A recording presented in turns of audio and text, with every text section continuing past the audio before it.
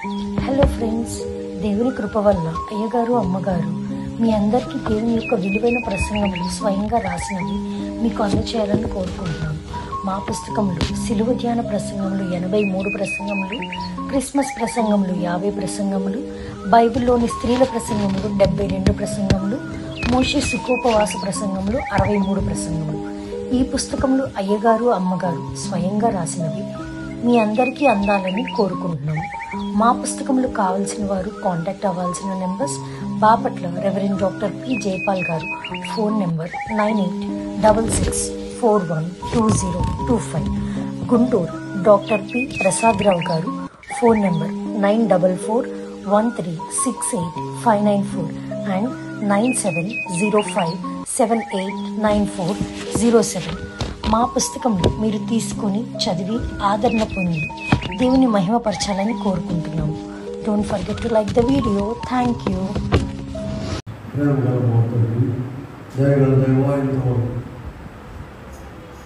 పాటల ద్వారా, స్థితుల ద్వారా, దైవజనం మాకు వచ్చిన ఆరాధన కార్యక్రమం ద్వారా మహిమ పొందినటువంటి ఇదిగో ఇప్పుడు మీ మాట వినవచ్చున్నాము ప్రభా.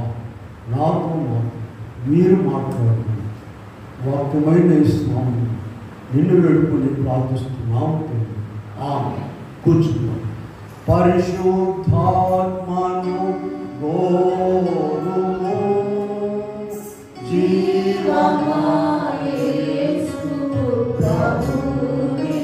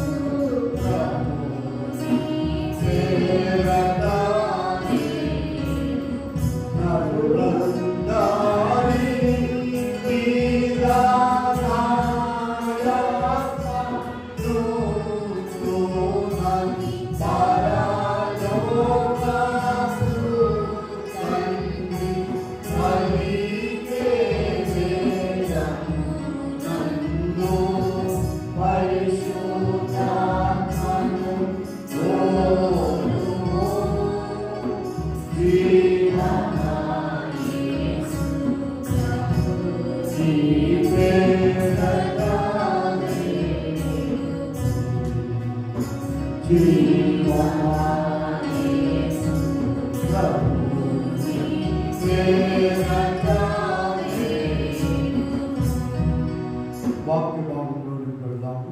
నిర్గమకాండంలో 19వ అధ్యాయంలో 24వ వచనం మనం చూసినట్లయితే, అందుకు యెహోవా నీవు దిగివెళ్ళు, నీవును నీతో అహరోనును ఎక్కి రావలేను. ప్రియమైన దేవుని బిడ్డలారా, ప్రభునామం నాకు ఉపాసమాధానం దేవుడు మీకు ఎల్లరికీ అనుగ్రహించును గాక. మోషే ఎప్పుడు కూడా దేవుని సన్నిధిలో ఉన్నత స్థితిలో ఉండేవాడు. ఆయన ఎక్కిపోవడం అనేది లేదు. అయితే ఇప్పుడు ఏం చెప్తున్నాడంటే దేవుడు, నీవును అహరోనును, అహరోను ఎవరు? మోషేకి ఏమవుతాడమ్మా? వాళ్ళ సొంత అన్నయ్య. ఇద్దరు కూడా ఎక్కి రావాలి. ఇంకొక వాక్యం చూడండి, అదే అధ్యాయంలో 21వ వచనం చూద్దాం. 20వ వచనం చూద్దాం. యెహోవా మీది కనుగా శిఖరం మీదికి దిగి వచ్చాడు. రమ్మని పిలువగా మోషే ఎక్కిపోయింది. ప్రియులారా, ఈ దినం ప్రభు మనతో మాట్లాడే విషయాలు ఏంటి? ప్రభు దగ్గరకు ఎక్కిపోవాలి, దిగిపోకూడదు. మనము ఇంతకాలం ప్రభువు నమ్ముకొని వాక్యం వింటూ ప్రార్థన చేస్తూ ప్రభులో అనుకునే మనం ఇంకా ఇంకా ప్రభు దగ్గరకు ఎక్కిపోయే వారముగా ఉండాలి, కానీ దిగిపోయేటువంటి వారముగా మనం ఉండదు. చూడండి, ప్రకటన గ్రంథంలో కూడా మనం చదివే ఒక వాక్యము యోహాను గారి విషయంలో ఆరాధనలో చదువుకున్నాం కదా.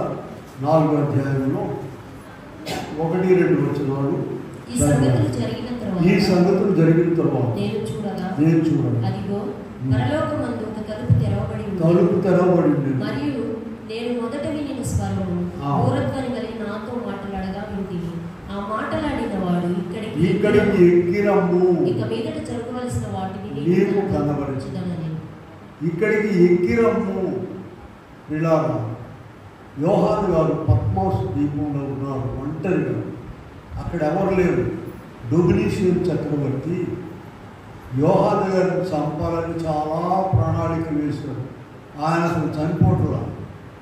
ఒక పెద్ద రాజుగారు కదా, మనిషి మురిగేడు అంత పెద్ద గంగాళం పెట్టి నూనె దాన్ని నిండా పోసి మంట పెట్టి సలసల కాగేటప్పుడు ఈయన అందులో వేశారు. వేస్తే ఆయన మామూలు నీళ్ళలో స్నానం చేసినట్టుగా అటు ఇటు తిరుగుతున్నాడు. బయటికి తీసుకొచ్చి ఈయంతో ఉంటే కుదరదు మనకని చెప్పేసి పద్మాసు ద్వీపంలో అక్కడ ఎవరు ఉండరు, ఎవరు కూడా సంచరించరు. మధ్యధరా సముద్రంలో ఉంది, ఇప్పుడు కూడా ఉంటాయి. అక్కడ వదిలేసినండి అయ్యా అని చెప్పి అదే పనిష్మెంట్. మనిషి లేరు అక్కడ, ఆహారం లేదు, మాట్లాడేవాళ్ళు లేదు. ఇక ఈయన అంతకు ముందే 12 మంది శిష్యులు, చిన్నవాడు ఈయన, చనిపోదామనుకున్న అందరూ వెళ్ళిపోయారయ్యా నీ సన్నిధికి, నేను కూడా వస్తానని ప్రార్థన చేసుకుంటున్నాడు. ప్రభు అయితే నీకు చాలా పని ఉందని చెప్పి పద్మాసు ద్వీపంలో ఆయన్ని కూర్చోబెట్టి ప్రకటన గ్రంథం రాయించారు. మరి అప్పుడు ఎప్పుడో మాటిది 2000 సంవత్సరాలు క్రితం. మరి పెన్నులు, పేపర్లు అన్నీ కూడా అక్కడ సప్లై చేశారు, భోజనాలు పెట్టారు. ఆయనకి ఏసీ రూములో ఉన్నట్టుగా ఆయన ఉంచారు. సరే, ఈ డొమినిషియన్ చక్రవర్తి కొంతకాలం అయిన తర్వాత మళ్ళీ దేవుడు బుద్ధి పుట్టించాడు. అసలు ఆ మనిషి ఏమయ్యాడో మళ్ళీ ఒక టీమును పంపించాడు. ఆయన దాంతో పాటుగా యోహాను గారి శిష్యులు కూడా వెళ్ళారు. వాళ్ళు గురువు గారు కదా, వెళితే ఆయన నిక్షేపంలాగా చక్కగా ఒక గ్రంథం రాసి రెడీగా ఉన్నాడు. వీడు మళ్ళీ ఆయన్ని బోరగొల్లు, స్వాగతం, మేళతాళాలతో తీసుకొచ్చాడు. కనుక ఇక ఆయన సంగతి వదిలేసాడు. ఆయన ప్రభు ఆయన కాలం అప్పుడు ఆయన తీసుకెళ్ళాడు. అయితే ఇక్కడ మనం ఈ దినం నేర్చుకోవాల్సింది ఏంటంటే, ఇక్కడికి ఎక్కిరమ్ము అనగానే యోహాను గారు ఏమయ్యాడు చూడండి. 4వ అధ్యాయంలో ఏం చెప్పారు అక్కడ? వెంటనే నేను ఆత్మవశుడనైతిని. ఇలా ఆత్మవశంలో ఉండేవాడు ఆయన, పరిశుద్ధాత్మవశంలో. మనుషులండి లోకవశంలో ఉంటారు, శరీర వశంలో ఉంటారు, జ్ఞానవశంలో ఉంటారు, సాతాను వశంలో ఉంటారు. 4 రకాలు ఉన్నాయి. అయితే దేవుని పరిశుద్ధాత్మ వశంలో ఉండేటువంటి వారు కావాలి. ఇలాగూ శరీర వశంలో ఉండేవాళ్ళు శరీర కార్యాలు నెరవేర్చుకుంటుంటారు. లోకవశంలో ఉండేవాళ్ళకి చెప్పాల్సిన పని లేదు, లోకంలో మునిగిపోయి ఉంటారు. జ్ఞానవశములు అంటే ఎవరైనా జ్ఞానులు ఉంటారండి.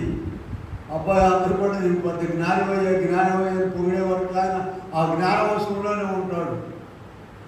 ఒట్టిదాయన్ని వదిలిపెడితే కానీ ఆత్మవశంలో కూడా. ఈ యోహాను గారు ఇప్పుడు కూడా ఆత్మవశంలో ఉండేవాడు కనుక ఎక్కిరమని చెప్పగానే వెంటనే ఈయనను పరిశుద్ధాత్మ తీసుకుని వెళ్ళిపోయింది. ఒక విమానంలో. ప్రియమైన వాళ్ళారా, పరలోకములో ఇక్కడ ఒక మాటను చూడండి. పరలోకములో ఒక తలుపు తెరవబడి ఉండెను. ప్రభు దగ్గరికి రావడానికి, ప్రభు వాక్యం వినడానికి, నేర్చుకోవడానికి ఎప్పుడు కూడా ఈ తలుపులు తెరిచే ఉన్నాయండి. కానీ ఒక దినం వస్తుంది, తలుపు మూసేస్తాడు.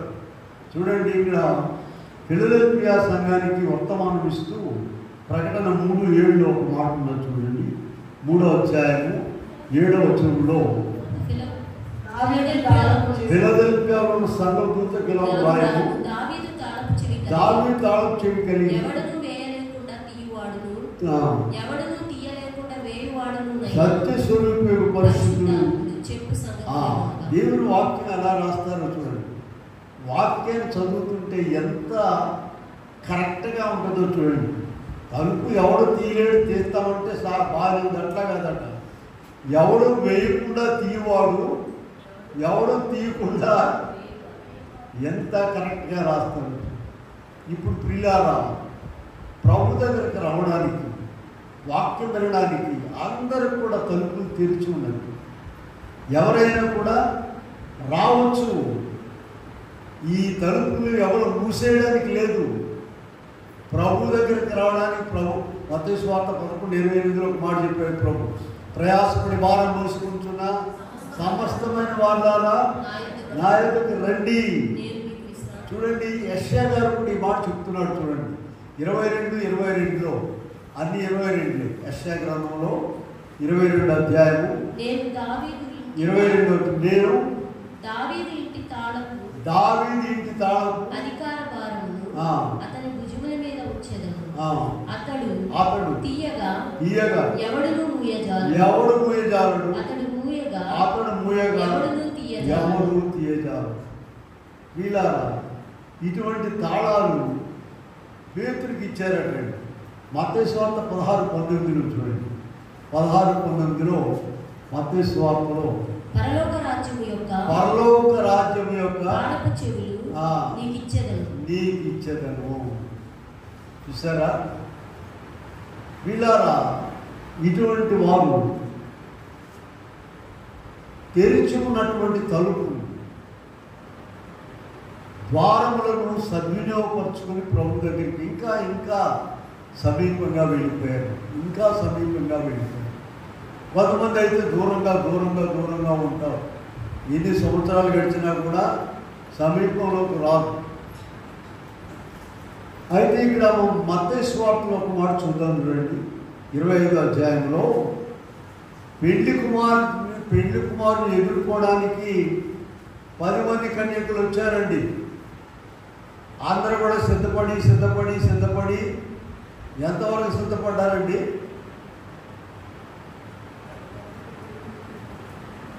పెళ్లి కుమార్తెను సిద్ధపరుస్తారు కదమ్మా. సిద్ధపరిచి 11 చూడండి. 11 అంతటా తలుపు వేయబడెను. వీళ్ళారా, వాళ్ళు 5 బుద్ధి లేని వాళ్ళు, తెలిసిందే కదా. 5 బుద్ధి గల వాళ్ళు.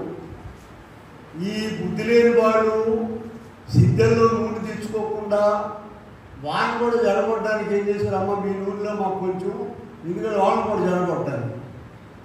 వాళ్ళు ఒకళ్ళు జడగొడితే చెడిపోయేవాడు కాదు కనుక వాళ్ళకు మంచి సలహా ఇచ్చారు. ఏం సలహా ఇచ్చారమ్మా? అమ్మ, ఊళ్ళో వాళ్ళ దగ్గర నూనె అమ్ముతారు, మీరు పోయి కొనుక్కురండి. ఇప్పుడు బయలుదేరి వెళ్ళారు. సిద్ధపడేటప్పుడు నూనె సంగతి పట్టించుకోవాలా? ఈ సోకులు సరిపోయినాయి. ప్రభుకి ఇష్టమైన సోక ఇది, సరిపోతుందా లేదనేది లేదు. ఇక వెళ్ళారు కొనడానికి. వచ్చేసరికి ఏమైందమ్మా? తలుపు వేయబడను. వీళ్ళారా, మనం కూడా ఇప్పుడు తలుపు వేయబడి ఉన్నది. తీయబడి ఉన్నదా? వేయబడి ఉన్నదా? ఇప్పుడు తీయబడి ఉన్నది. ఎవరు కూడా మూసేయడానికి లేదు. వాక్యం స్పష్టంగా చెప్తుంది. ఎవడును మూసివేయకుండా తీసి ఉంచేటువంటి వాడు, ఎవరు తీయకుండా ఆయన తలుపు మూసిన తర్వాత ఎవడో లాగాది. కనుక ఈ అవకాశాన్ని సద్వినియోగపరుచుకొని మనము ఎక్కిపోవాలి. 19వ అధ్యాయంలో నికమ 19లో కూడా చూడండి.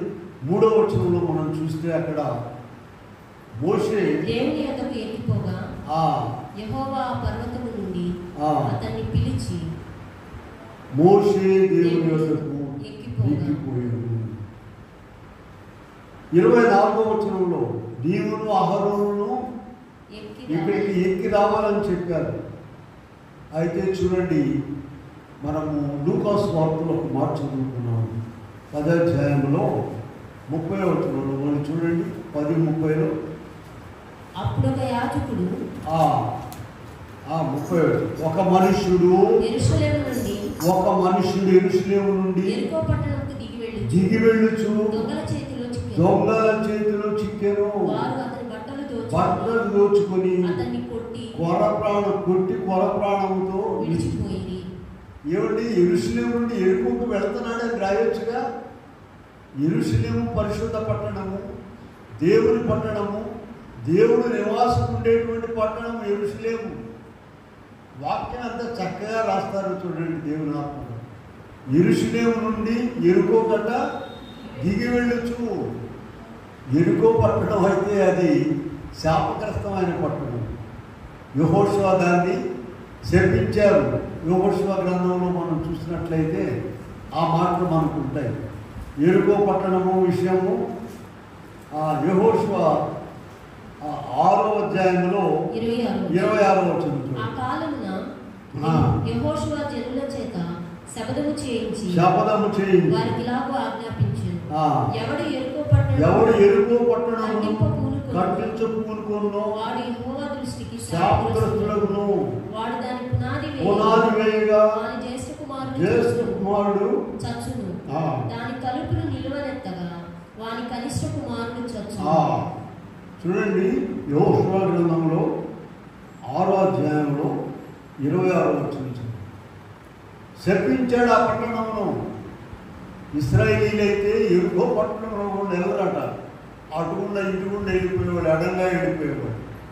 యేసు ప్రభువు వచ్చిన తర్వాత అందరికీ ఆయన రక్షకుడు కనుక ఆయన యెరికో పట్టణంలోనికే వెళ్ళాడు. జక్కయ్య అనేటువంటి ఆయన రక్షించడానికి, తీమై కుమారుడైన గుడ్డి భిక్షకుడు రక్షించడానికి యెరికోలోకి వెళ్ళిపోయాడు.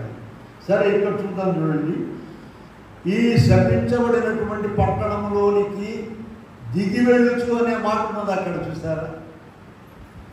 సరే, ఈ యెహోషువ చెప్పిన శాపం అండి చాలా కాలం గడిచిపోయిన సంవత్సరాలకి తెలియని మర్చిపోయారు అందరూ. కానీ దేవుని మాట మాత్రం స్థిరంగా ఉంటుంది. ఒక ఆయన అంత పని చేశాడు, కట్టించడానికి పూనుకున్నాడు. 1 రాజులు 16వ అధ్యాయంలో 34వ వచనం చూద్దాం. 1 రాజులు 16:34 చూద్దాం. యెరికో పట్టణమును కట్టించెను.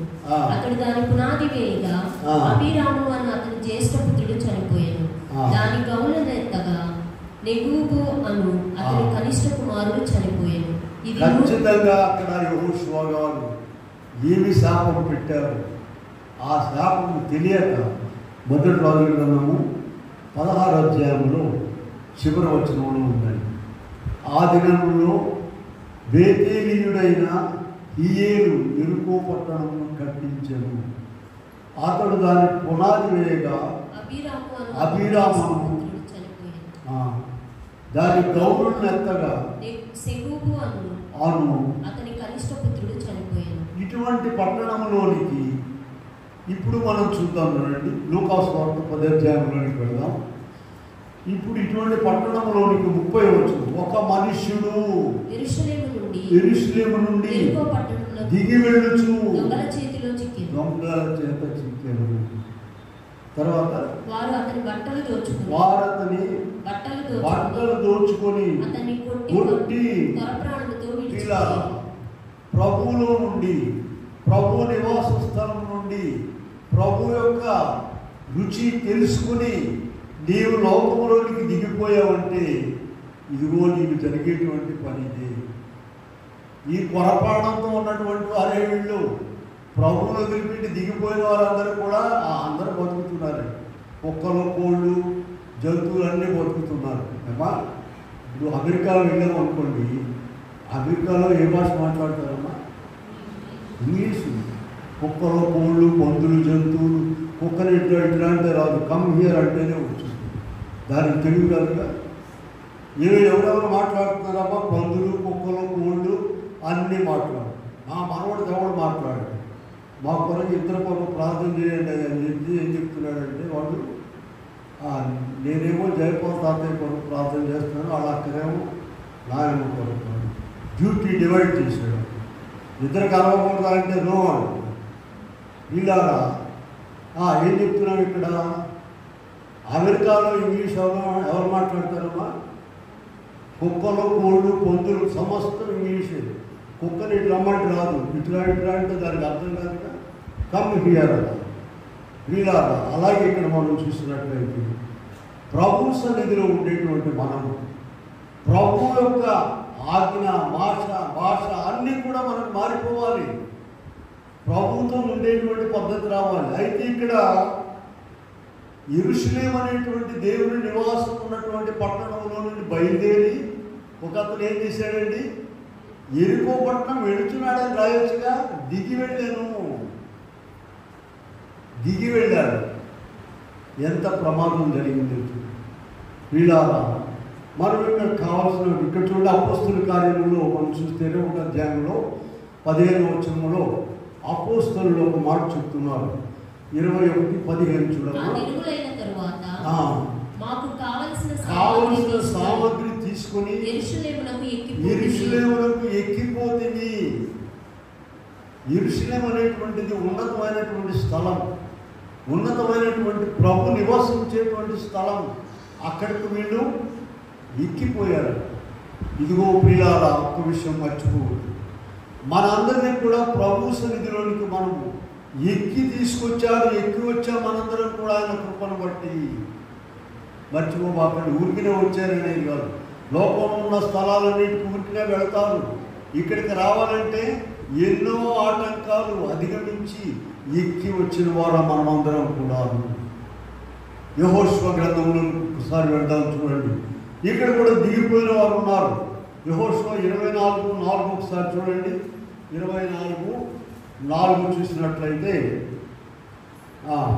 ఇస్సాకు నేను యాకోబు ఏశావును ఉంచితిని, శేయీరు మనుషులు స్వాధీనపరచుకున్నట్లు వాటిని ఏశావుకి ఇచ్చితిని. యాకోబును అతని కుమారులను ఐగుప్తులోనికి దిగిపోయింది. చూసారా? యెహోషువ గ్రంథం 24వ అధ్యాయంలో 4వ వచనంలో చివరి ఏముందంటే, యాకోబును అతని కుమారులను ఐగుప్తులోనికి దిగిపోయేది. వాడు ఎక్కి రావాలంటే పైకి 430 సంవత్సరాలు పట్టిందండి.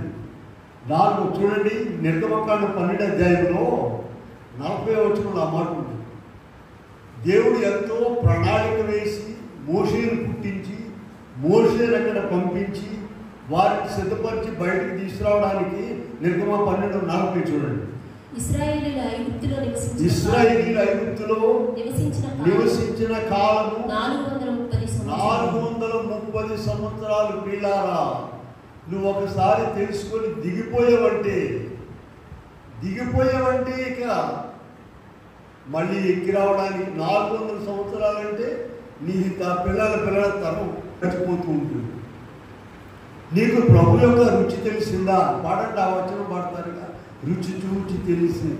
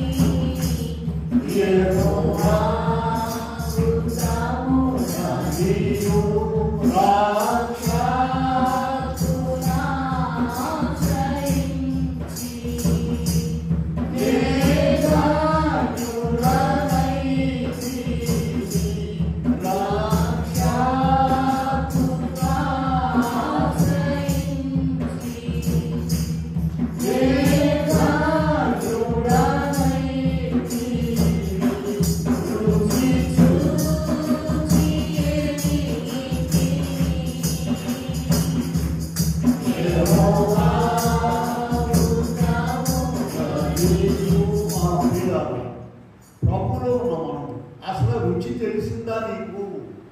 ఏదో వస్తున్నాం అంటే అన్నట్టు వాళ్ళు వెళ్తున్నానమ్మా, నేను వాళ్ళు వస్తున్నాను. ఆ రుచి తెలుసుకున్నావా? అన్నం కూరలో ఉండగానే ఏం చేస్తారమ్మా? ఎట్లా ఉంది, సరిగ్గా బాగుందా, ఉత్తుకుపోయిందా, తగ్గిందా, వెంటనే తయారు చేసిన వాళ్ళు అడుగుతారు కదమ్మా. ప్రభువులో ఉన్నటువంటి నీకు వీళ్ళారా, ఇంతకాలం మనం ప్రభువులో ఉన్నటువంటి మనం నీ మాట చూపు, తలంపు, క్రియ, ప్రవర్తన, నీ భక్తి, నీ నీతి ఇవన్నీ కూడా ప్రభు దగ్గరికి ఎక్కిపోయేటట్లుగా ఉన్నాయా, దిగిపోయేటట్లుగా ఉన్నాయా పరిశీలించుకోవాలి. వాక్యం విని ఎవరి మటుకు వారే పరిశీలన చేసుకోవాలండి. వాక్యము అలా పరిశీలన చేసుకోగలిగినట్లయితే దేవుడు మనలో పెట్టాడు ఆ మీటర్ను, ఆ హృదయం అనేటువంటి దాన్ని. ఆ హృదయము దాన్ని పరిశీలించుద్ది. నీకు బుద్ధి లేదని చెప్తుంది. ఎవరు చెప్పేది? మన హృదయం. కనుక ప్రియులారా, మన చూపు, మాట, క్రియ, తలంపు ఇవన్నీ కూడా ప్రభు దగ్గరకు ఎక్కిపోయేటట్లుగా ఉన్నాయా, లేక ప్రభు దగ్గర నుండి దిగిపోయేటట్టు? కాసేపు నువ్వు ఎక్కిపోతానండి, దిగిపోతా, నాకు కోపం వచ్చినప్పుడు దిగిపోతానండి, మళ్ళీ తర్వాత ఎక్కిపోతానండి అంటే అట్లా కుదరదండి. అన్నీ కూడా మార్పు రావాలి. ఇలాగ ప్రియులారా, ఇప్పుడు మనం యోహాన్ గారి దగ్గరికి వెళ్ళినట్లయితే 4వ అధ్యాయంలో యోహాను సువార్త ప్రకటన గ్రంథము 4వ అధ్యాయంలో ఏం జరిగిందండి? అక్కడ వెంటనే ఆయన ఆత్మవశంలోకి వెళ్ళిపోయాడు, పరలోకానికి వెళ్ళిపోయాడు. శరీరమేమో పరమాత్మ దీపంలో ఉంది, ఆయన ఆత్మ పరలోకానికి వెళ్ళిపోయాడు. చూడండి, ఇలాగూ ఎక్కిపోయినటువంటి వారు ఎంత గొప్ప కార్యాలు చేశారో చూడండి. మోషే విషయం ఒక నిమిషం మనం ధ్యానం చేద్దాం. ద్వితీయోపదేశకాండం 9వ అధ్యాయంలో 240 దినాలండి. 18వ వచనంలో ఒక 40 దినాలు, 25వ వచనంలో ఒక 40 దినాలు, 240 దినాలు ప్రభు సన్నిధిలో ఉన్నారు. చదవండి, 18వ వచనం చదవండి. మీరు యెహోవా దృష్టికి ఆ చెడు నడత నడిచి చేసిన మీ సమస్త పాపముల వలన ఆయనకు కోపము పుట్టింపగా చూచి మునుపటి వలె అన్నపానములు మాని 40 పగళ్ళు 40 రాత్రులు 40 పగళ్ళు 40 రాత్రులు నేను యెహోవా సన్నిధిని సాగిలపడి. అలాగే 25వ వచనంలో కూడా చూడండి. కాగా నేను మునుపు సాగిలపడినట్లు యెహోవా సన్నిధిని 40 పగళ్ళు 40 పగళ్ళు 40 రాత్రులు. వాక్యం ఎంత కరెక్ట్గా రాస్తారో చూడండి. పగలంతా ప్రార్థన చేసి రాత్రి తిని పడుకున్నాడు కాబోలు అనుకుంటామని మనము, లేదా రాత్రి అంతా ప్రార్థన చేసి పగలు పడుకున్నాడు. 40 పగళ్ళు 40 దినములు అనొచ్చుగా. ఆ 40 దినములని రాస్తే మళ్ళీ మన జ్ఞానం పైకి వచ్చింది. రాత్రి పడుకున్నాడా, పగల పడుకున్నాడు, అరే పడుకోకుండా ఎట్లుంటాడు, ఇవన్నీ వస్తాయి. అందరూ నోరు మూసుకునేటట్టుగా వాక్యం రాస్తాడు. 40 పగళ్ళు 40 రాత్రులు ప్రభుతో ఉండడం అనేటువంటిది దైవ సన్నిధి అనేటువంటి. ఎవరిని ఎక్కడికైనా ఎక్కిపోవాలంటే ఏం కావాలి చెప్పండి? ఒక నిచ్చెన కావాలి, అంతే కదా? ఎక్కిపోవాలంటే నిచ్చెన కావాలి. దైవ సన్నిధి అనేటువంటిది నిచ్చెనగా సాధనములో పరిశుద్ధాత్మ తండ్రి తీసుకుని వెళ్తారు. అయ్యగారు రాశారు, ఏలియా, యెహెజ్కేలు, ఫిలిప్పు ఎగిరి ప్రయాణం చేసిన రీతిని పాడండి.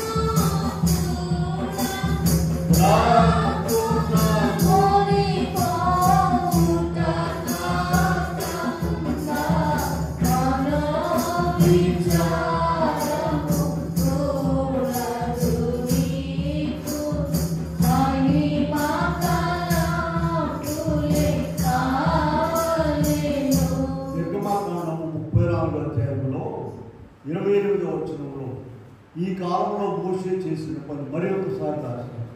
34:28 అతడు 7 పగళ్ళు అక్కడ ఉండెను. అతడు భోజనం చేయలేదు, నీళ్లు త్రాగలేదు. అంతలో ఆయన నిబంధన వాక్యములను అనగా 10 ఆజ్ఞల ఆ పలక మీద వ్రాసెను. వీళ్ళారా ప్రపంచానికి కావలసిన 10 ఆజ్ఞలు ప్రభు దగ్గరికి ఎక్కిపోయి ప్రభుతో ఉండి 10 ఆజ్ఞల పలకలను తీసుకుని అవి ఎవరిచ్చినాయండి? ప్రభు ఇచ్చిన. ఇంకా మనకు డీటెయిల్గా కావాలంటే 24 వెళ్ళండి. నిర్గమాకాండంలోనే 24:18 కూడా చూద్దాం. 24. అప్పుడు మోషే ఆ మేఘములో ప్రవేశించి కొండ మీదికి ఎక్కెను. మోషే ఆ కొండ మీద రేయింబవళ్ళు 40 దినములు ఉండెను. 40 దినం. 32 చూద్దాం. 32, 15, 16. నిర్గమాకాండంలోనే 32, 15, 16. మోషే శాసనములు గల 2 పలకలు చేత పట్టుకుని కొండ దిగి వచ్చాను. ఆ పలకలు ఇరు ప్రకాలను రాయబడిన అవి ఈ ప్రకారం రాయబడి ఆ పలకలు దేవుడు చేసినవి. ఆ పలకల మీద చెక్కబడిన వ్రాత దేవుడు చే వ్రాత. ప్రజలారా, ప్రజలందరూ కూడా వారికి కావాల్సినటువంటి వాటిని ప్రభు ఇచ్చి పంపించారు. ఇప్పుడు ఆనాటి వారికి కాదండి, ఈనాటి వారికి కాదు, చివర ఉన్న ప్రతి మానవుని ప్రభు సన్నిధిలోనికి ఎక్కిపోవడం ద్వారా మోషే ద్వారా ఎంత గొప్ప పని జరిగించారు. మోషే ధర్మశాస్త్రం అంటారు. మొదటి 5 పుస్తకాలు: ఆదికాండము, నిర్గమాకాండము, లేవియకాండము, సంఖ్యాకాండం, ద్వితీయోపదేశకాండం. ఈ 5 పుస్తకాలు మోషే గారు రాశారు. ప్రియులారా, ఆయన ఆత్మ ద్వారా ప్రభుతో ఉండి ప్రభు దగ్గరికి ఎక్కిపోవడం అనేది ఎందుకని? ఆయన ఎప్పుడు కూడా ఉన్నత స్థలంలో ఉంటాడు. దేవుడు పరిశుద్ధుడు, పైన ఉంటాడు ఆకాశంలో. ఇప్పుడు ఇక యోహాన్ గారి దగ్గరికి వద్దాం. చూడండి, యోహాన్ గారిలో కూడా ప్రకటన 4వ అధ్యాయం ఏం చెప్పాము? యోహాన్ గారికి ఏం చెప్పారు? ఇక్కడికి ఎక్కిరము అనేటువంటి మాట దూరధ్వని వినబడింది.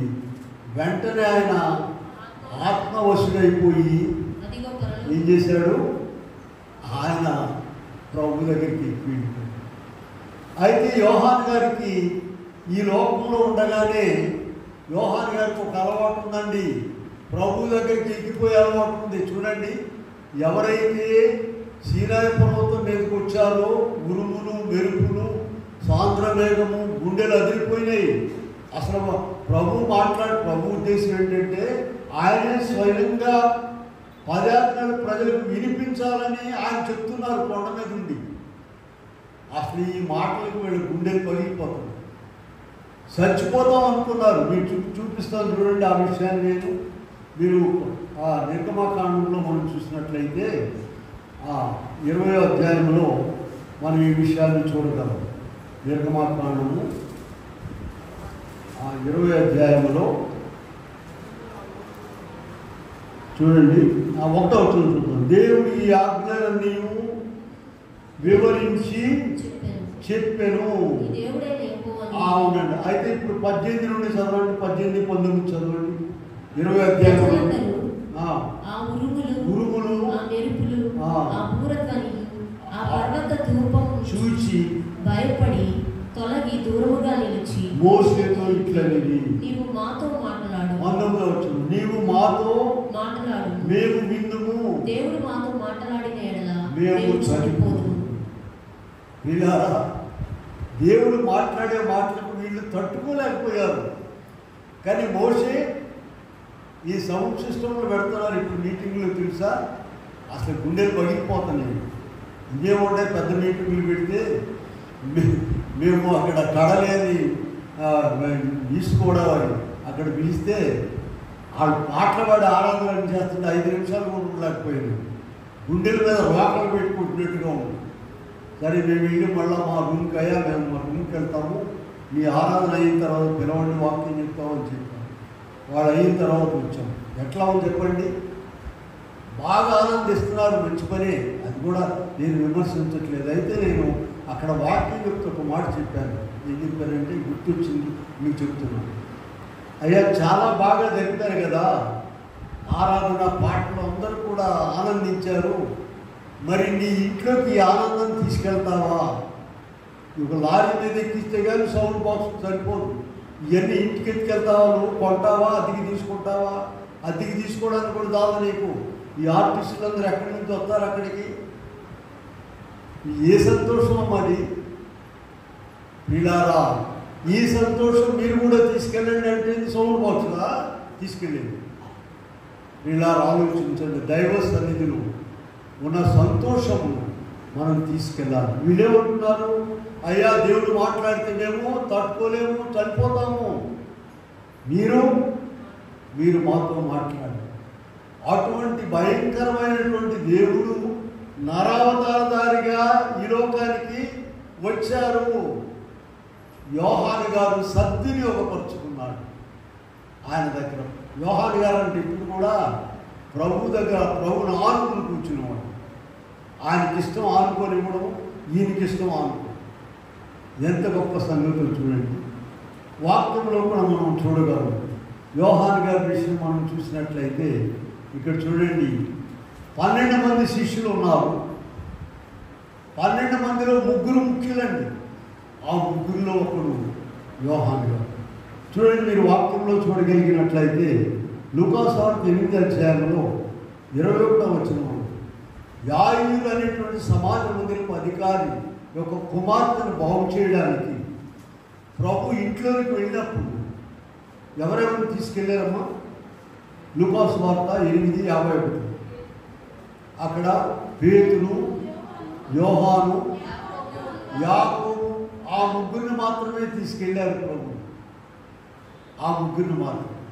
ఇంకోటి చూద్దాం. రూపాంతర కొండ మీద మత్తయి సువార్త 17వ అధ్యాయంలో ప్రారంభంలో మనం చూసినట్లయితే రూపాంతరపు కొండ మీద ప్రభు యొక్క పరలోక స్వరూపాన్ని వారికి చూపించడానికి ఈ 3 తీసుకెళ్లారు. ఎవరు? చదవండి. పేతురు, యాకోబు, అతని సహోదరుడైన యోహాను. ఈ 3. ఈ 3లో కూడా 2 అన్నదమ్ములండి. ఎవరు? యాకోబు, యోహాను. ఏం వాళ్ళిద్దరు అన్నదమ్ములు కాదు, మమ్మల్ని ఇప్పుడు తీసుకెళ్ళకూడదా అని అంటారు. ఇప్పుడు మనం ఆయన ఇష్టం, మన ఇష్టం. చూడండి, నేను ఇక్కడ చెప్పవలసింది ఏంటంటే, అదిగో ఆనాడు పాత నిబంధనలో వాళ్ళ గుండెలు పగిలిపోయి భయపడిపోయినటువంటి ఆ దేవుడు ఇప్పుడు నరావతారధారిగా వచ్చి 12 మంది శిష్యులను ఏర్పరచుకుంటే ఆ 12 మందిలో యోహాను గారు ఒకటిగా ఉన్నాడు. యోహాను గారు ఎప్పుడు ఎక్కిపోయి ప్రభు దగ్గరే ఉండేవాడు. ఎంత గొప్ప ధన్యత. సరే, ఇప్పుడు ప్రభు కల్వరి శిలువలోకి వెళ్ళబోతూ గెత్సేమనే వనంలో ప్రార్థన చేస్తున్నారు. 26 మత్తయి 26:37 చూద్దాం. మత్తయి 26వ అధ్యాయంలో 37వ వచనం చూద్దాం. చదవండి. పేతురును జబదయి 2 కుమారులను వెంటబెట్టుకొని పోయి దుఃఖపడుటకును చింతాక్రాంతులకు. చూసారా? పేతురును జబదయి 2 కుమారులు అంటే యాకోబు, యోహాను. ఈ 3 తీసుకుని వెళ్ళారు. అంటే ప్రజలందరి యొక్క అంతస్తు వేరు ప్రభులో, 12 మంది అంతస్తు వేరు, 12లో 3 అంతస్తు వేరు. అటువంటి స్థితిలో యోహాను గారు ఇంకా ఎక్కిపోయి. ఇంకొక మాట చూడండి, యోహాను సువార్తలో 21:20 చూద్దాం. చూడండి, 21వ అధ్యాయంలో 20వ వచనం చూద్దాం.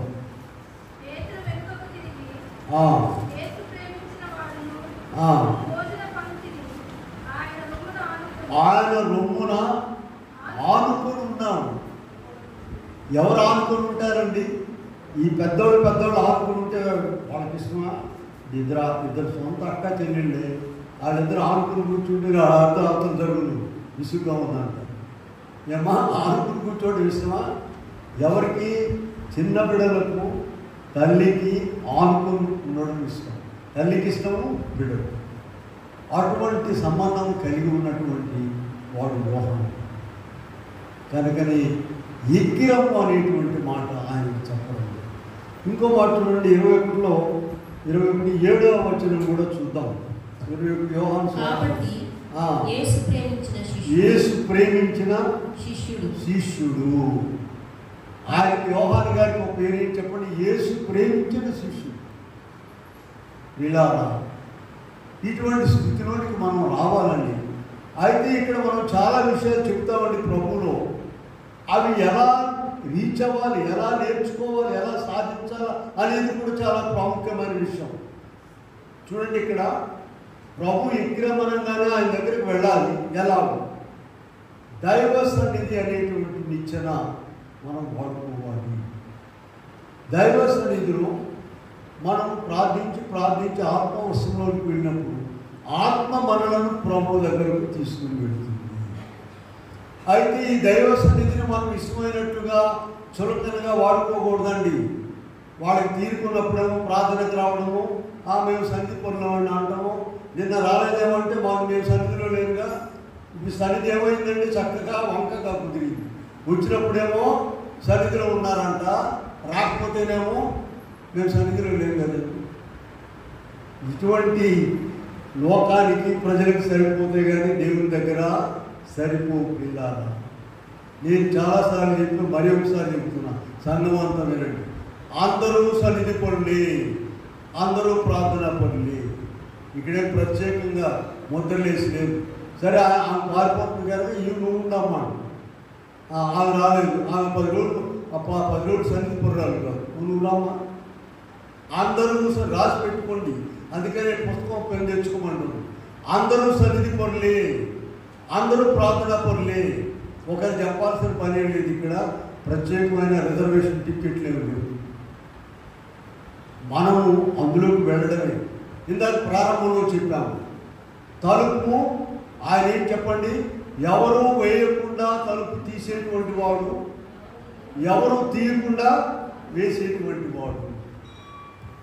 అటువంటి అవకాశాన్ని యోహాను గారు సద్వినియోగపరుచుకున్నారు. పిల్లారా వినండి, యోహాను గారి ప్రాధాన్యత ప్రజలందరూ కూడా ఈనాటి వరకు ఈయన మరియమ్మ కుమారుడు కదా, ఈయన వడ్లవారి కుమారుడు కదా, ఈయన నజరేతు కదా, ఈ తీగలు తెస్తూ ఉన్నారు.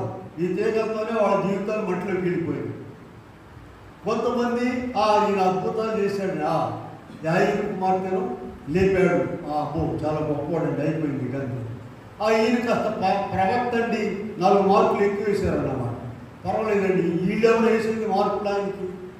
కొంతమంది అయితే సంపూర్ణముగా ఈయన దేవుడు అని విశ్వసించారు. ఆనాటికి ఈనాటికి కూడా పిల్లలు ఈనాడు కూడా ఇదే బాపతి చాలామంది ఉన్నారు. కొద్ద ప్రార్థన చేసిన అంటారు. చూశారు వాళ్ళు అన్యులైన వాళ్ళు ఎప్పుడైనా మన సానుభూతి పొందడానికి మీ దేవుడు కూడా పర్వాలేదండి, కాస్త మీరు కూడా పర్వాలేదు, 4 మార్కులు వేశారు అన్నమాట. వీళ్ళారా అలా కాదు. జీవము గల దేవుడు మన దేవుడు. అది ఆయనలో ఉండలేకపోవుట, ఆయనలో ఉన్న శక్తిని పొందలేకపోవుట, ఆయనలో విసుగుదల రావడం నీ లోపమే కానీ ఆయన లోపం కాదు. కనుక వీటన్నిటిని కూడా అధిగమించడానికి చివరి దినాలు ఈ దినాల్లో దైవజనుడి ద్వారా దైవ సన్నిధి మనకు ఇచ్చారు. సన్నిధిలో విసుగుదల రాకూడదండి. రాదు రాదు రాదు. ఎంత చేసిన పిల్లలు ఒక్క అనుభవం చెప్తున్నాం చూడండి. దాదాపు ఇప్పుడు 40-50 సంవత్సరాల నుండి నేను వాక్యం చదువుతూ ఉంటాను. గంటల కొలది హైదరాబాద్ వెళ్ళి ఉద్యోగం రాక మరి అక్కడ పబ్లిక్ గార్డెన్స్లో 50 అధ్యాయాలు చదివి పడుకున్నాను, తల కింద బైబిల్ పెట్టి. అక్కడ తిరిగే వాళ్ళు ఎవరంటే అందరూ దొంగలు, పని లేని వాడు మనం లేచి నిద్ర పోకపోయినా కూడా వచ్చి జేబులు దవిడి వెళ్తుంటాడు. ఏమి లేవులో బాబు అని చెప్పినా కూడా ఆ ప్యాంట్ జేబు కూడా చూసి వెళ్తాడు. వాళ్ళు నన్ను 10 మంది వేసుకుంటాడు, జరగది తల్లి వెళ్తారు. ఇప్పుడు అటువంటి పరిస్థితులన్నింటిలో కూడా అప్పటి నుండి ఇవాళ పిల్లారా ప్రభు సన్నిధిలో చెప్తున్నాడు. బైబిల్ తీసామంటే కొత్తగానే. బైబిల్ పాత అయిపోయి పక్కన పడేస్తుంటాం. మీరు వస్తే చూపిస్తాం కూడా, మళ్ళా కొత్త బైబిల్ తీసుకుంటాం. 1 సంవత్సరం 2 సంవత్సరాలకి మొత్తం కూడా ఎక్కడ గీతలు గీయడం కానీ రాయడం అన్ని బైబిల్లోనే ఉంటాయి. పిల్లారా అటువంటిది దేవుని వాక్యము. నీలో విసుగుదల వచ్చిందంటే ఏమన్నట్టమ్మా చెప్పండి, కష్టమైన మాట చెప్తామండి. దెయ్యం ఉన్నట్టే. కాసేపు ఇక్కడ కూర్చోలేరు, దెయ్యం ఉంటే కూర్చుంటారండి. కాసేపు ఇక్కడ కూర్చోలేరు, వాక్యం చదవలేరు, ప్రార్థన ఎంతసేపు ఆయన కూర్చొని మాట్లాడుకోండి, చుట్టాలు వస్తే గంటలు మాట్లాడుకోండి, 10 రకాలు చేసుకొని తినండి, అంతేగాని అందరూ కలిసి ప్రార్థన చేద్దామంటారా? నో, చేయడానికి వీల్లేదు. దెయ్యాలు పరిపాలనలో ఉన్నారు కదా. కనుక ప్రార్థన అంటే విసుగుదల రాకూడదు, వాక్యం అంటే విసుగుదల రాకూడదు. ఎంతసేపు అయినా సరే నువ్వు ప్రార్థన చేసు. విశ్వాసము లేని విసుగుదల సమయాన విశ్వాసమే మాని వేడుకొనుము.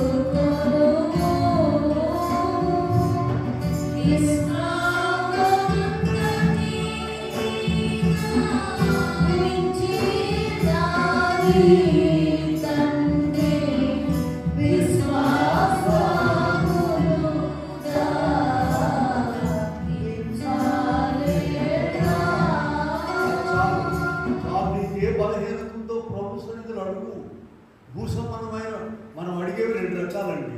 ఒకటి భూసంబంధమైనవి, ఇక ఎప్పుడు అవే కాదు అడిగేది, పరలోక సంబంధమైనవి అడగాలి. ప్రభా నాకు భక్తి లేదు, దయచేయండి, నేను వాక్యం చదవలేకపోతున్నానయ్యా, వాక్యం చెప్పలేకపోతున్నాను, ప్రార్థన ఆయన అడిగితే ఇస్తాడు. అడుగుడి మీకు ఇవ్వడని వాగ్దానం చేసిన దేవుడు ఇస్తాడు. కనుక పిల్లారా, మనము మన భక్తి జీవితంలో ప్రభు దగ్గరకు ఎక్కిపోయేటట్లు ఉన్నామా, దిగిపోయేటట్లు ఉన్నామా పరిశీలించుకోవాలి. ఇతర వ్యక్తుల గురించి మనం చెప్పాము. మోషే ఎక్కిపోయి ధర్మశాస్త్రాన్ని భూమి మీదకి తీసుకొచ్చారు. 30 లక్షల మందిని పాలు తేనెలు ప్రవహించే కానానికి నడిపించారు. నీవు కూడా ప్రభు సన్నిధిలో ఉన్నట్లయితే, ఎక్కిపోయే అనుభవం కలిగినట్లయితే, శరీరం ఇక్కడే ఉంటుందండి. ఎక్కిపోవడం శరీరం ఎక్కిపోవడం కాదు, శరీరం ఇక్కడే ఉంటుంది. మన ఆత్మ ఇప్పుడు కూడా ప్రభుతో ఉండాలి. అయ్యారు మాట్లాడారు, మనసులో స్తుతి కార్యం తప్ప మరి పని ఉన్నది. మరి వాళ్ళకి అన్నం ఎవరు పెడుతున్నారు, కూర ఎవరు వండుతున్నారు? అన్నం వండామంటే కూర ఎక్కబోయో కూర అన్నాడు అట్లా ఎక్కడ వెళ్దాం, ఏ బజార్లో వెళ్తాం, వాళ్ళకి అన్నం ఎవరు పెడుతున్నారు? ఏమ్మా అర్థమైంది ఈ మాట? శరీరము తన పనులు తను చేసుకుంటూనే పోతుంది. తెల్లారు లేచినాక చీపులు ఆడంటే దానికి తెలుసు, పళ్ళ ఏం చేయాలో తెలుసు. ఇదంతా రొటీన్ వర్కే. నువ్వు దానికి చెప్పేదే ఉందండి. ఆ ప్లేట్లో అన్నం పెట్టారండి, కూర వేసారు, కూర్చోబెట్టారు, తినమ్మా అని చెప్పాలా? ముందు ఎవరి పని అండి? చేతుల పని మొదలేస్తాం, నోటి పని నోరు, మంచినీళ్ళు అందుకో, లేవతల పక్కన పెట్టుకో, ఈ చేయి ఖాళీ ఉంటుంది. ఎవడు చెప్పాడు ఇవన్నీ? శరీరానికి చెప్పాల్సిన పని లేదు. ప్రార్థన ద్వారా ఆత్మలో మనం ఎదగాలి. లోకంలో ఉన్న నీకన్నా ఎక్కువ తాలింపు లేస్తున్నారు. అక్కడ పోయి చూడు, నువ్వేం చేసేది? నీకన్నా ఎక్కువ కూర్చున్నారు. ఆ ఇళ్లలో కూర్చుంటే ఎంత బ్రహ్మాండం ఉంటాయండి. యేసుప్రభు నెరగిన వాడు అది కాదు. ఇక్కడ ప్రభులో ఉన్న నీవు ప్రభుతో, ఇందాక మాట చెప్పాను, నీ చూపు, తలంపు, క్రియ, మాట, ప్రవర్తన అన్నీ కూడా ప్రభు దగ్గరికి ఇంకా సమీపంగా ఎక్కిపోయేటట్లుగా ఉండాలి, కానీ దిగిపోయేటట్లు ఉండకూడదు. ఇందాక లూకాసు వార్తలో 10వ అధ్యాయంలో మాట చదివాను తెలుసా మీకు? ఒక మనుషుడు యెరూషలేము నుండి యెరికో పట్టణంలోకి, అది కూడా పట్టడమే, ఇది పట్టడమే, అది పట్టడమే, దిగిపోవడం ద్వారా జరిగింది ఏంటో చూడండి. దొంగలు ఏం చేశారమ్మా?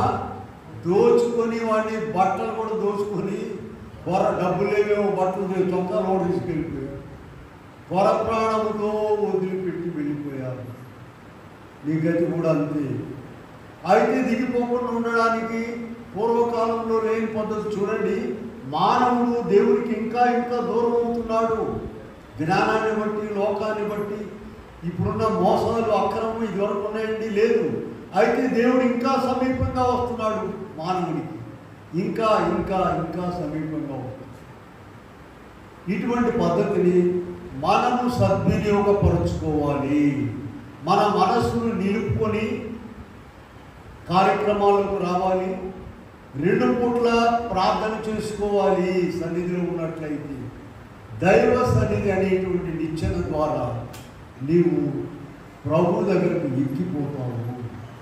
యోహాను గారు ఎక్కిపోయి ప్రకటన గ్రంథమును తీసుకొచ్చారు. ప్రకటన గ్రంథములో గొప్ప విషయాలు ఉన్నాయండి. చూడండి, 4వ అధ్యాయంలో ఆయన ఎక్కిపోవడం ద్వారా ఏమేమి చూశారో 2 మాటల్లో చెప్పుకొని మనం ముగించుకుందాం. చూడండి, అక్కడ వెంటనే నేను 3వ వచనంలో మనం చూస్తే ఇంద్రధనుస్సు సింహాసనమును ఆవరించి ఉండేను. 2-3 వచనాల్లోనేమో సింహాసనం మీద తండ్రి కూర్చొని ఉన్నాడు. అక్కడ ఇంద్రధనుస్సు అంటే కుమారుడండి. చూడండి, కుమారుడిని తండ్రిని చూడలేము, తండ్రితో మాట్లాడలేము, కానీ కుమారుని చూడగలము. సూర్యుడిని చూడలేము, కానీ సూర్యుని వెలుగును చూడగలము. చూడండి, ఇంద్రధనుస్సు నోవహు కాలంలో వచ్చింది. ఏమని?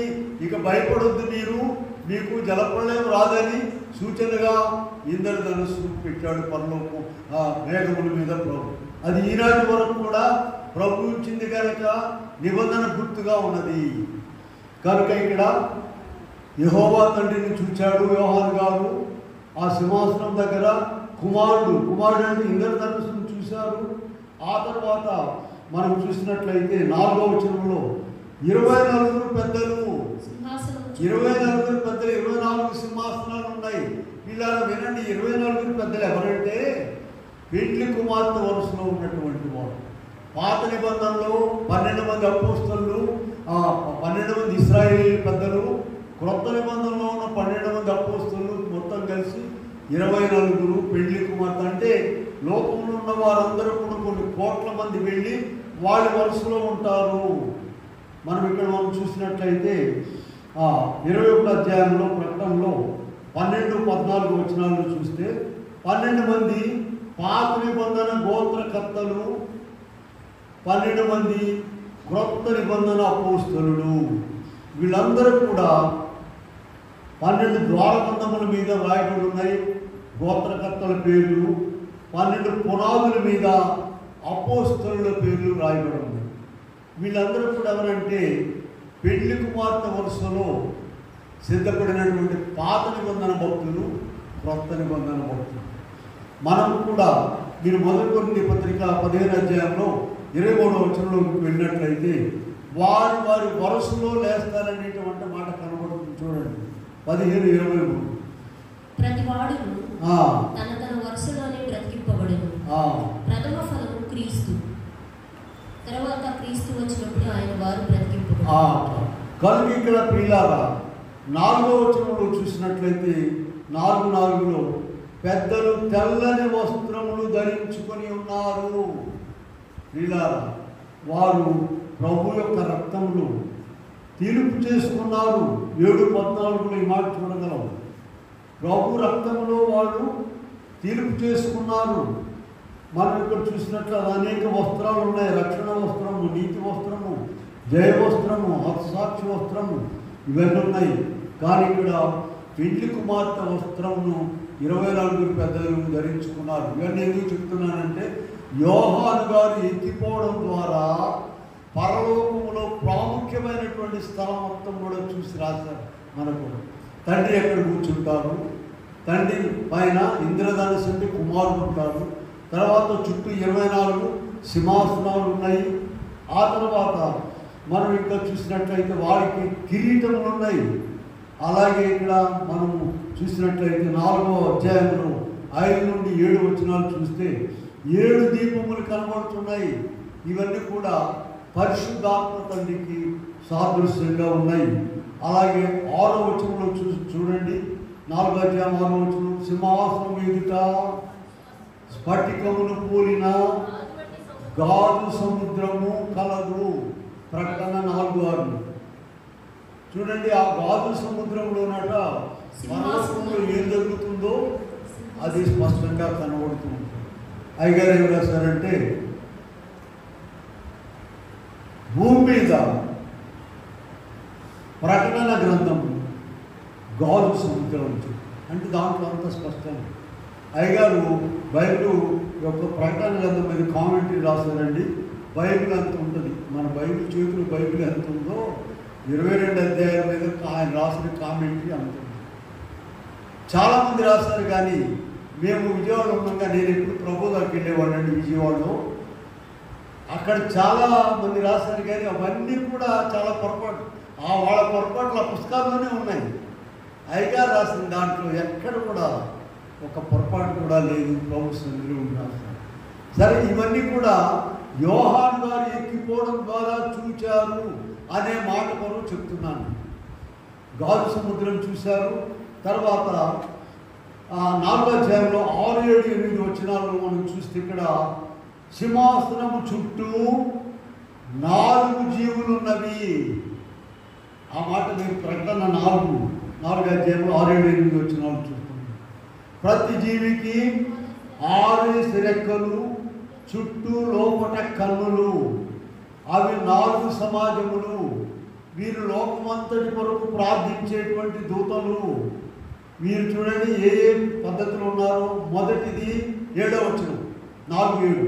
మొదటిది సింహం వంటిది, క్రూర జంతువులన్నిటి కొరకు ప్రార్థన చేస్తూ ఉంటుందండి ఈ మొదటి జీవి.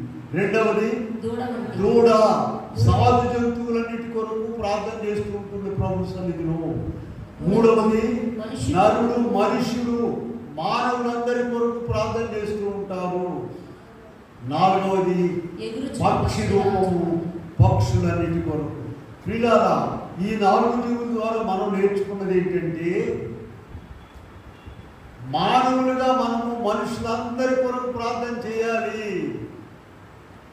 అదే ఇక్కడ భక్తిలో పరిపూర్ణ స్థితి అంటే మనుషులందరి కొరకు ప్రార్థన చేయాలండి. నీకే ఇబ్బంది ఉందో, అయ్యా నాకు కాలు నొప్పిగా ఉందయ్యా, ఆ కాలు నొప్పి తీసేయండి అయ్యా అని ప్రార్థన చేయడం బాగానే ఉంది. కానీ కాలు నొప్పి ఎంతమందికి ఉందో వాళ్ళందరి సంగతి నీకెందుకు?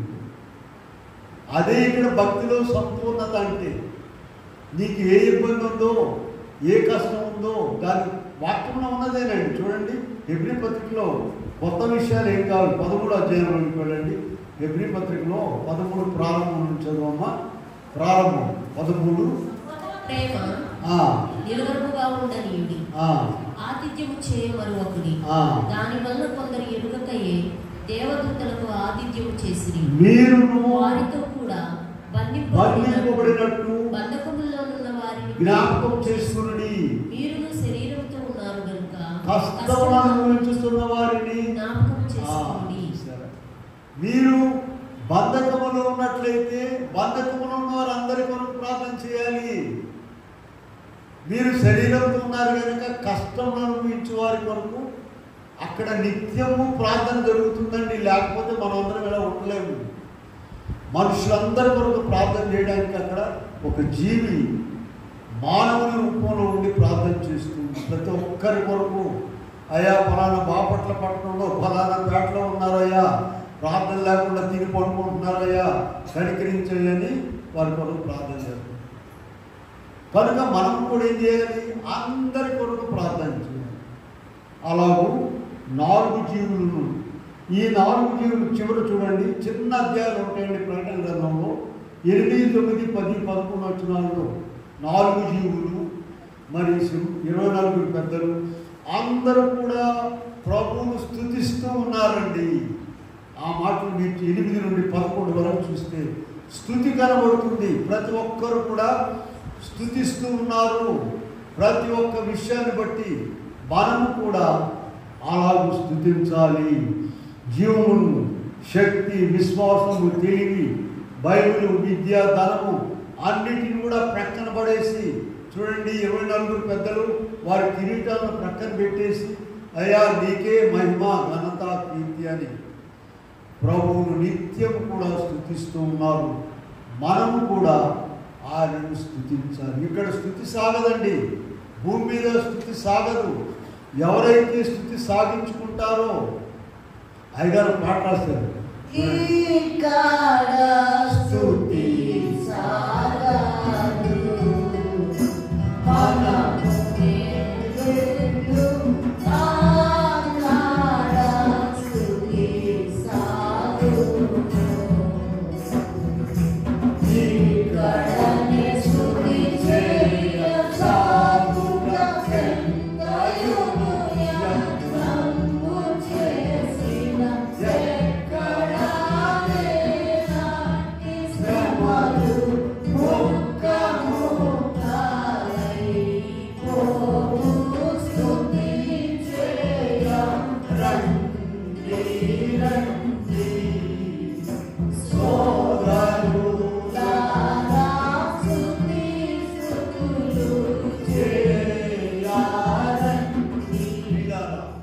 స్తుతి చేయడం ద్వారానట ముక్కలైపోతాయంట. ఇబ్బందులు, బాధలే కష్టాలే అనుకుంటే ఎలాగండి? మా అమ్మగారు నాన్నగారు మంచి భక్తిపరులు, ప్రార్థన వారు చెప్పిన మాట ఇప్పుడు కూడా నాకు మైండ్లో ఉంది. చూడండి, సెలవులకు వెళ్ళి సరే వాడిని స్కూల్లో చేయించాము, వీడిని తీసుకురావాలి, నేను ఉద్యోగానికి వెళ్ళాలి, ఇవన్నీ చెప్తున్నా. ఎవరు రిపోర్ట్లు వాళ్ళు చెప్తుంటారు. ఏం చెప్పారంటే, అయ్యా పిల్లలు ఉన్నవాళ్ళు బాధపడుతున్నారు, లేనోడు ఇల్లు ఉన్నవాడు బాధపడుతున్నాడు, లేనోడు ఉద్యోగం ఉన్నప్పుడు ఇట్లయితే ఎట్లాగా రాదు, ఎక్కడ నాటుకుండొచ్చు. ఇలాగా ఉన్నవాడు బాధపడి లేనివాడు, భోజనం లేనివాడు బాధపడుతున్నాడు, తినారక్క వాడు కూడా బాధపడుతున్నాడు. ఎట్లండి? సొంత ఇల్లు ఉన్నవాడు పుస్తకం రాస్తాం కదా మేము. సొంత ఇల్లు ఉన్నవాడిదేమో ఒక ఏడుపు, అద్దెకున్నవాడిదేమో రాగంలో తేడా ఉంటుంది. ఉద్యోగం లేదంటే ఏడుపు, ఉద్యోగం రాగానే కొత్త ఏడుపు, రాగంలో తేడా ఉంటుంది అంతే. ఆ పిల్లలు లేరండి, అబ్బాయి ఎంత బాధండి, బాధ ఇది ఒక ఏడుపు. సరే పిల్లలు ఉన్న వాళ్ళ దగ్గరికి పోయినండి, వాళ్ళొక ఏడుపు. వీళ్ళారా లోకంలో ఇదంతా కూడా ఏడుపుమయము. స్తుతి చేసినట్లయితే పోకముందే చేయాలండి. నీకు జ్వరం పోకముందే అయ్యా తగ్గించినందుకు స్తోత్రం. కాలు నొప్పి వచ్చింది, ముందే సాతాను అటు పెట్టిందండి. కాలు నొప్పి వచ్చింది, నెలపాక ఆదివారం నాడే పెట్టింది. వీళ్ళారా సాతాను కనుకున్నది.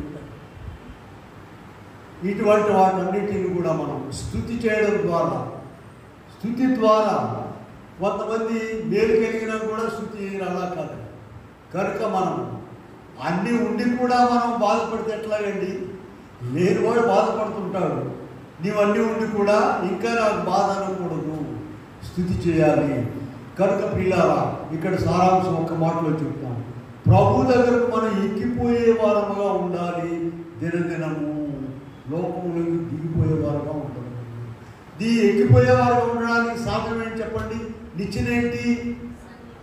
దైవ సన్నిధి. నీవు ఎప్పుడైతే చాలాసార్లు చెప్పాను, మళ్ళీ ఒకసారి చెప్తాను మీకు. సెల్ ఫోన్ ఛార్జ్ పెడుతున్నారమ్మా, సెల్ ఫోన్ ఉందని అడగడం పొరపాటు. ఎవడని చెవులకు ఇంత చూడొచ్చు, ఇంత బాడీ వచ్చింది, ఎంత వచ్చింది. ఛార్జ్ పెడుతున్నారా? ఛార్జ్ పెట్టకపోతే ఏమైందమ్మా చెప్పండి, తెలుగులో చెప్పండి. సచివ నువ్వు కూడా అంతే. ఏ పూట అయితే ప్రార్థన లేదో, ఏ రోజైతే ప్రార్థన లేకుండా ఉంటావో ఆ రోజు మీరు చెప్పండి, నేను ఎవరు చెప్పండి అమ్మా. సాపం ఉండడానికి ప్రభు సన్నిధిలో సరే ప్రార్థన చేసుకుందాము. ప్రేమగల మా తండ్రి, ఎన్నో విషయాలను మాకు ఇచ్చున్నాము. మమ్మలను బాగు చేయడానికి, ఉద్ధరించడానికి, లోకాన్ని జయించడానికి, శరీరాన్ని జయించడానికి, మేఘం ఎక్కడానికి ముందుగానే నీ దగ్గర ఎక్కిరమ్మని చెప్పారు. అలాగే మా జీవితాలు, మా భక్తి జీవితం ఎక్కిపోయేదిగా ఉండాలి కానీ దిగిపోయేదిగా ఉండకుండా. అయ్యా ప్రతి ఒక్కరు కూడా నీ సన్నిధిలో, నీ సన్నిధి అనే నిచ్చెనలు ఎక్కి వెళ్ళి కృప దయచేయమని యేసు నామములో వేడుకొని ప్రార్థిస్తున్నాము తండ్రి. ఆమేన్.